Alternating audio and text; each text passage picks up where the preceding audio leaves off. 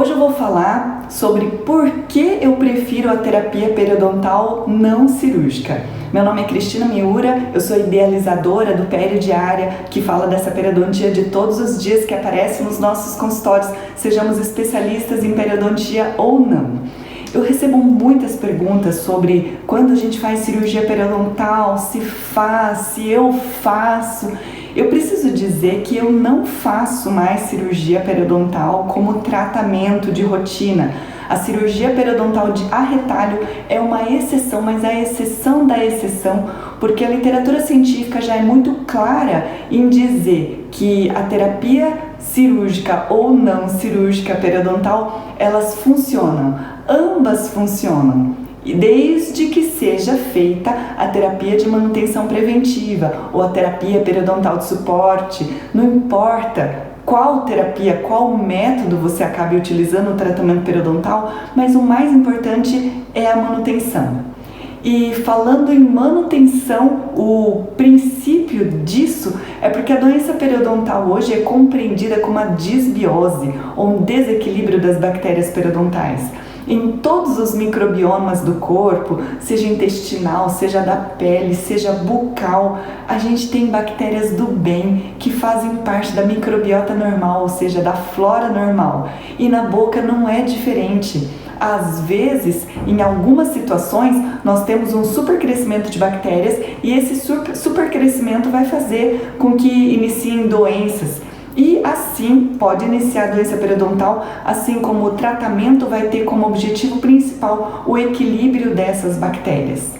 E quando eu falo sobre terapia periodontal não cirúrgica, eu quero explicar de onde nasceu essa história de terapia cirúrgica ou não cirúrgica. Vou falar de como nasceu a terapia cirúrgica.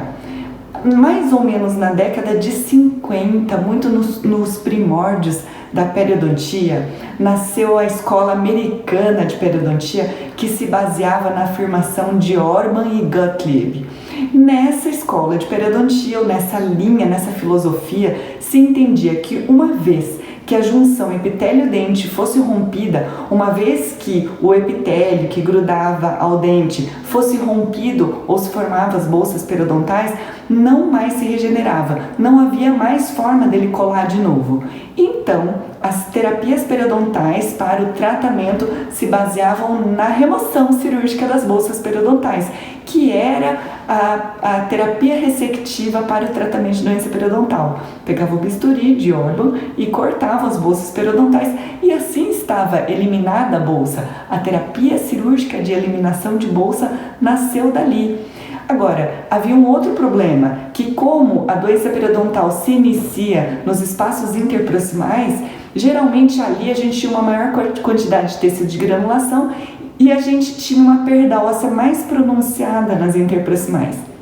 Naquela região, a gente, ao invés de ter aquela arquitetura óssea assim, a gente tinha a inversão, porque a gente tinha uma cratera óssea na interproximal. Então, fazia-se também um recontorno do tecido ósseo, utilizando brocas sob irrigação, e eles então voltavam, retornavam à arquitetura óssea original. E assim foi o que aconteceu na década de 50, e eles diziam que a mobilidade era causada por trauma oclusal, e eles faziam desgaste seletivo, e assim se tratava. Acontece que em 1954, o Erhard mostra que a junção epitelial podia ser refeita. Essa emenda do dente do epitélio poderia se regenerar. Então começaram os estudos regenerativos, até que eles chegaram à conclusão que não haveria regeneração, porque regeneração seria formar de novo osso alveolar, ligamento periodontal, cemento e gengiva, e isso não era possível. Não era possível reconstruir, regenerar, que tudo aquilo crescesse de novo como era originalmente. Mas era possível uma cicatrização periodontal. E na década de 60 começaram algumas técnicas de eliminação de bolsa comparadas com outras técnicas chamadas técnicas de reinserção. Técnica de reinserção seria assim: será que a técnica que a gente vai fazer para tentar colar de novo esse epitélio vai dar certo?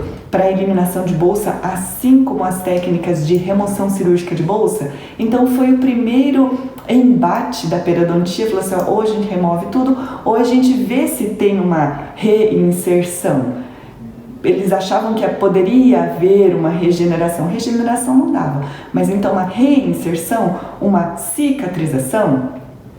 E mais ou menos na década de 60 começaram a ter um entendimento melhor da origem infecciosa da doença periodontal. Então até então, na década de 50, eles achavam que doença periodontal era uma coisa causada por alguma outra coisa e que a doença é porque a gengiva ou a parede mole da bolsa estava doente e ela tinha que ser eliminada. Mas na década de 60 eles começaram a achar, desconfiar que poderia ter origem bacteriana e eles começaram a estudar o controle de placa. E eles chegaram à conclusão que a remoção regular de placa e a profilaxia profissional trazia resultados interessantes. E junto com isso, o estudo clássico de lei em 1965 trouxe a clareza de que o acúmulo de placa leva à inflamação gengival e a remoção dessa placa conseguia remover a gengivite, conseguia remover a inflamação. Então ficou claro que placa bacteriana realmente era a causa de tudo. Até que em 1975, com base em muitos estudos sérios, o professor Jan Linde, ele chegou a estabelecer que trauma oclusal, que era o que causava mobilidade, e doença periodontal eram coisas de origens diferentes. Trauma é trauma e doença periodontal ou gengivite eram causadas por bactérias, que a infecção ou existia a origem bacteriana para essas doenças. Enfim, Ramsdorff em Michigan e Linde na Suécia começaram a estudar sobre a importância da manutenção e que o sucesso era a manutenção diária. E chegaram então à conclusão que em longo prazo, não importa qual método você vai utilizar, que o que vai trazer o sucesso em longo prazo é a manutenção. Em vista de tudo isso, já que se a gente faz terapia cirúrgica é porque a gente estava naquela história de que a gente precisa ou remover o tecido mole, se a gente faz um retalho de Wiedemann modificado, ou que a gente precisa abrir para raspar, porque a causa está no cálculo, ou a causa está na placa que está aderida ao cálculo. Aquilo era o que tinha, mas eles também chegaram à conclusão que não importa qual método que você acabe usando, que você vai ter sucesso. Pensando nisso, eu tenho uma história de um paciente que foi muito marcante nessa minha decisão para fazer terapia periodontal não cirúrgica. Porque até então eu fazia o que era o clássico, isso mais ou menos há uns 15 anos. Eu tinha um paciente que vinha regularmente para o tratamento e ele tinha indicação de tratamento cirúrgico, já que ele tinha bolsas periodontais muito profundas. O que se entendia na época é que era impossível você conseguir fazer uma instrumentação perfeita com bolsas mais profundas que 5 milímetros. Então, se tinha 5 milímetros de bolsa, tinha que operar e ponto final. Era o que se falava na época. Esse paciente, então, tinha indicação para cirurgia, a gente fazia uma terapia periodontal básica para diminuir a inflamação, porque também se dizia que se a gente fizesse a cirurgia a retalho direto, sem essa fase inicial de descontaminação, a gente teria muito mais inflamação e muito mais perda de inserção. Então, a gente fazia uma terapia periodontal básica para depois fazer a cirurgia. Acontece que esse paciente achou a cirurgia uma coisa tão traumática, que ele fez um sextante e ele não quis mais fazer a cirurgia. E falou pra mim que, olha, é até bacana esse tratamento que você faz, doutora, mas eu não quero operar mais, tá? Eu venho, faço o tratamento e não vou fazer a cirurgia. E sumiu. No que ele desapareceu, em algum momento ele reapareceu e ele tinha bom estado periodontal. E nós retomamos então o tratamento periodontal, onde haviam bolsas, as manutenções, e a gente continuou então num tratamento não cirúrgico, que naquela época ainda era muito controverso entre tratamento cirúrgico ou não cirúrgico, e na época, há 15 anos, eu optava pelo tratamento cirúrgico. E esse paciente começou a chegar à conclusão e veio dizer para mim, então, né, doutora, o outro lado a gente não operou e ficou bom, né? Parece que o lado que a gente não operou ficou melhor do que o outro lado. E de fato, ao longo dos anos, a literatura científica veio trazer que é possível sim fazer terapia não cirúrgica, que não importa se a gente tenha feito cirurgia periodontal ou não, a chance de reincidência de doença periodontal é a mesma se você está fazendo, a chance de reincidência de doença periodontal é a mesma para os dois lados, não importa se tenha sido operado ou não. E a coisa mais triste do mundo é se talvez o paciente venha desistir da manutenção preventiva e ele tem uma recidiva de doença periodontal. Já pensou a gente fazer um tratamento cirúrgico e ter uma recidiva? E eu preciso dizer que ao longo da minha vida profissional eu fiz muita periodontia, ainda faço muita periodontia, básica. Hoje eu sou implantodontista também e eu nunca tive uma reincidência de doença periodontal em tratamento cirúrgico. E eu sei por quê, porque esses pacientes não voltavam mais. Eram pacientes que, por mais que a gente insistisse, eles não retornavam. O que me fazia pensar que tratamento cirúrgico não era uma coisa muito boa, porque me fazia perder pacientes. Os pacientes vinham, faziam um tratamento e eles desistiam. Algumas situações muito marcantes, dolorosas e complicadas, elas marcaram a minha vida profissional também para eu desistir da terapia cirúrgica, como por exemplo, o paciente tinha uma doença periodontal severa e ele precisava fazer 6 restantes de cirurgia. Era a única forma de conseguir resolver o caso na época. E o paciente se assustava com o valor porque eram 6 cirurgias. Eram 6 sessões de um tratamento longo, complicado e demorado. E o paciente não teria como pagar aquilo, mas ele tinha entendido claramente que ou ele fazia aquele tratamento ou ele perdia os dentes. E já houve situações do paciente fazer empréstimos a juros muito elevados para ele conseguir fazer o tratamento. Houve a situação do paciente fazer um acordo com o chefe para conseguir resgatar a parte do fundo de garantia para conseguir pagar a cirurgia. Muita coisa que o paciente tinha que se virar para conseguir pagar essa cirurgia periodontal. E, por um lado, a periodontia tinha um boom naquela época, porque os periodontistas estavam ficando ricos, porque a gente fazia muita cirurgia periodontal. E era um engano achar que aquilo era ganhar dinheiro. A gente fazia procedimentos de valor elevado, mas não necessariamente a gente conseguia fidelizar o paciente. E hoje eu sei por quê.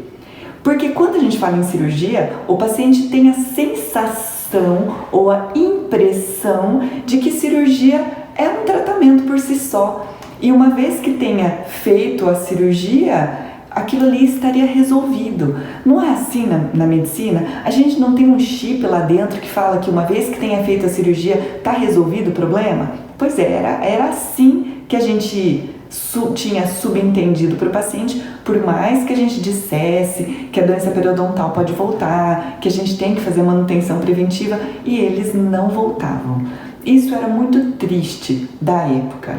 E assim, os protocolos científicos começaram a se inovar e começaram a colocar mais força nas terapias periodontais não cirúrgicas.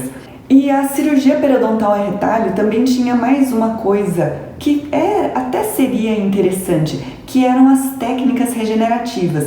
Quando a gente tem bolsas periodontais muito profundas, com perdas ósseas, nós temos a possibilidade de conseguir uma regeneração óssea guiada. Essa regeneração óssea guiada, que ela está tão em voga na implantodontia, ela nasceu da periodontia na tentativa de fazer regenerar o osso, na possibilidade de conseguir ter outras coisas crescendo que não fosse só o epitélio. Então, são muitas técnicas. Mas essas técnicas são caras, são relativamente caras. A gente vai abrir o retalho e cirurgicamente existe a possibilidade de colocar osso liofilizado ou osso desproteinizado, uma membrana de colágeno de reabsorção lenta, ou matriz ou proteínas da matriz do esmalte, que é o endogain, ou mais modernamente o PRF. Sim, a gente tem a possibilidade de conseguir colocar tudo isso para regeneração. Mas o meu raciocínio para não optar por essas terapias é que essas terapias são relativamente caras, elas acabam tendo valor elevado. E dentro de tudo que é a subjetividade da periodontia, existe uma tendência do paciente achar ou subentender, e eu falo assim, é muito subjetivo do paciente. Por mais que esteja claro pra gente, o paciente entende algumas coisas por ele. E aquilo é caro, aquilo vai fazer com que ele sofra, vai criar uma expectativa de dor durante a cirurgia e ele coloca todas as fichas na cirurgia. Sim, ele vai colocar muito dinheiro, ele vai colocar o tempo dele, ele vai colocar o sofrimento dele, que ele vai precisar fazer a cirurgia para conseguir a recuperação daquele lugar. E o que tendia a acontecer é que esse paciente não retornava mais. E o que também poderia acontecer é investir um bom dinheiro nessa terapia regenerativa e talvez a gente chegar a ter recidiva de doença periodontal naquele lugar. E eu sempre tive muita dificuldade em completar o ciclo de fazer a terapia periodontal básica, de oferecer tratamento regenerativo e o paciente aceitar pagar pelo material desse tratamento regenerativo. Depois da cirurgia, 40 dias depois, ele tem que retornar para a gente fazer uma reavaliação para ver se deu certo. E se deu certo, tá ótimo. E se não deu certo, talvez fosse porque o paciente não tivesse higienizado direito. Porque em alguns protocolos científicos, os pesquisadores, para ter a certeza que não havia crescimento de biofilme de novo, eles passavam mais ou menos 6 meses por profilaxias profissionais semanais, por um semestre. Ou seja, por 6 meses, enquanto durasse o estudo, aquele paciente retornava semanalmente para o controle mecânico de placa profissional, para ter a certeza que não haveria o viés do controle de placa. E quando eu li esse estudo, eu ficava pensando assim, escuta, mas eu não posso fazer isso com o paciente. Eu também penso que eu não posso deixar um paciente por 6 meses usando uma clorexidina com risco de ter perda de paladar e todo o manchamento que vai ter. E aquilo ali era inaplicável, eram algumas das coisas que a gente não conseguia colocar. Enfim, por todos esses motivos, eu opto pela terapia não cirúrgica, a não ser que o paciente ele tenha boas condições financeiras, que ele aceite a proposta e que isso não vai fazer falta de jeito nenhum e que eu tenha conseguido colocar um pacote anual de manutenção preventiva e eu garanta que ele retorne, porque aí eu consigo o retorno dele. Se não, eu não faço. Eu sigo sempre pela terapia não cirúrgica. A pergunta da terapia cirúrgica não cirúrgica é: mas e quando a bolsa é muito profunda? Como é que eu vou conseguir instrumentar lá no fundo da bolsa? Primeiro, lá no fundo da bolsa, talvez a gente não consiga remover tudo, mas a gente vai fazer todo o esforço para remover o biofilme lá embaixo. Mas, se ele está fazendo o tratamento periodontal, com o passar das semanas, essa bolsa que seria de 8 milímetros, ela vai virar de 6 milímetros. Não é mais fácil instrumentar uma bolsa de 6 milímetros do que de 8? Pois é, depois de instrumentar essa bolsa de 6 milímetros, essa bolsa de 6 milímetros pode virar 4. Não é mais fácil instrumentar uma bolsa de 4 do que de 6? É mais fácil. E assim, conforme as bolsas vão reduzindo, eu consigo um melhor acesso. Eu consigo talvez me dedicar um dia, ou uma sessão, ou meia sessão, para instrumentar aquela bolsa bem profunda, não cirurgicamente. Porque a perda de tempo para abrir o retalho e conseguir limpar era muito maior, exceto se fosse uma bolsa única, em uma única região ou no máximo em 2 regiões, onde ao final da terapia não cirúrgica eu rebata um pequeno retalho e acabe tendo acesso àquela região para remoção de cálculo subgengival.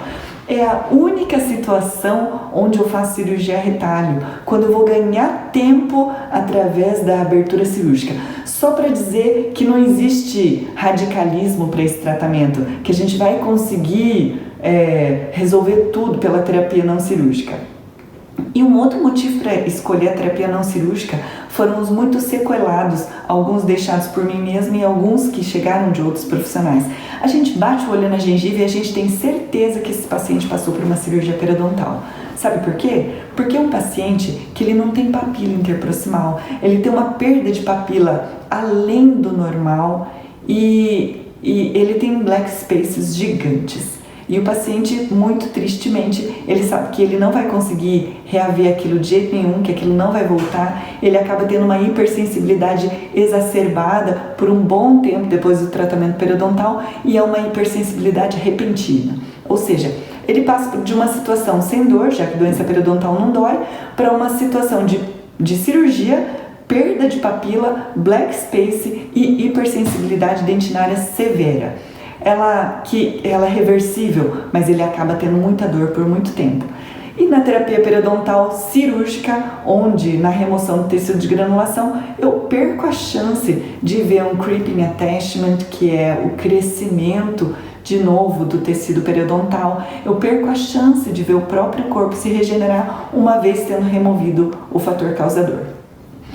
Mas a outra pergunta que não quer calar é: se eu faço a terapia periodontal não cirúrgica, o que é que acontece com o tecido de granulação? Se esse tecido de granulação é entendido como um tecido doente que precisa ser removido a todo custo, enfim, primeiro vamos entender o que é tecido de granulação. O que é aquele tecido doente, muito aderido ao osso, que a gente precisa remover a todo custo enquanto a gente faz uma cirurgia retalho? Quando a gente abre o retalho, fica todo um tecido. Tecido de granulação é um tecido de reparo e é um tecido de defesa. O que tem ali? Tem uma grande quantidade de vasos sanguíneos, porque o corpo tem que fazer vasodilatação e uma nova formação de vasos sanguíneos para que consiga trazer células de defesa. Mas essas células de defesa, já que o tecido de granulação é rico em leucócitos, ele é baseado em células da inflamação crônica. Não é doença periodontal crônica? Então, em algum lugar a gente tem uma vinda de micro-organismos, que é a bolsa periodontal. Na bolsa periodontal tem bactérias. De onde vêm essas bactérias? Do biofilme dental, que está aderido à superfície radicular ou está aderido ao cálculo. É uma superfície radicular onde tem biofilme endurecido, que é o cálculo, onde a gente tem bactérias, onde a gente tem lipopolissacarídeo. A gente tem uma bolsa periodontal, onde nessa bolsa periodontal a gente tem um epitélio, mas não é um epitélio íntegro, é um epitélio ulcerado, e ali começam a transpassar toxinas bacterianas e algumas bactérias para dentro do tecido conjuntivo. O que é que o corpo faz? O corpo vai fazer defesa contra aquilo. Naquela defesa vai ter vasodilatação para vir mais células de defesa, aumento de permeabilidade vascular para que essas células de defesa cheguem para defender. Acontece que o corpo não consegue defender uma coisa que está colada no dente. Não tem como fagocitar, não tem como remover. Mas o corpo não sabe disso. E começa então a trazer uma segunda camada de defesa, que são os linfócitos.